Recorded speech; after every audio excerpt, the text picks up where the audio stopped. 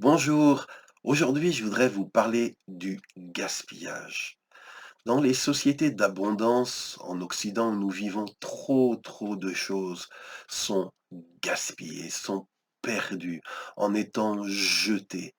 Et j'ai été très frappé en lisant un texte récemment dans les évangiles où on voit que ce n'est pas l'exemple que Jésus, en tout cas, nous a laissé. Un jour, il est écrit qu'alors que Jésus venait de faire un miracle extraordinaire, il venait de rassasier une foule nombreuse en multipliant la nourriture. Après ce festin, quand ils eurent assez mangé, Jésus va dire à ses disciples quelque chose de tout à fait étonnant.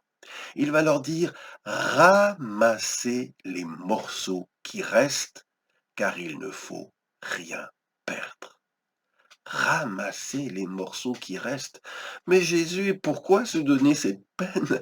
Tu es là, tu pourrais recommencer une autre fois, pas la peine de s'embêter à ramasser les morceaux. L'abondance d'aujourd'hui, elle sera là encore demain, alors à quoi bon? Eh bien non.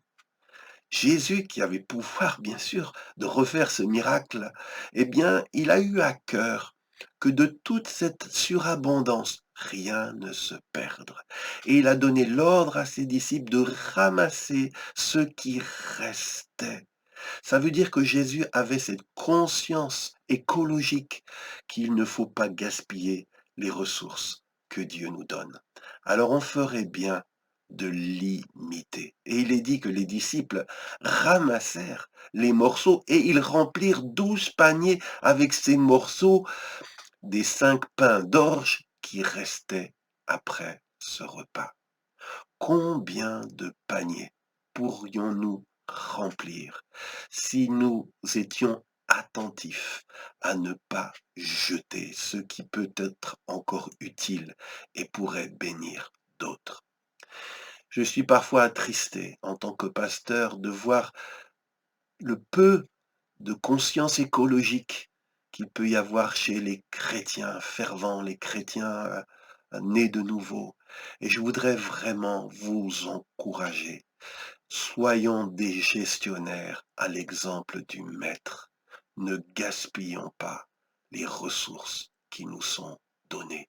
Et c'est pas simplement par rapport à la nourriture, mais par rapport à tout le reste. Ayons un mode de vie qui respecte la création, qui respecte la nature et qui respecte Dieu, notre bienfaiteur.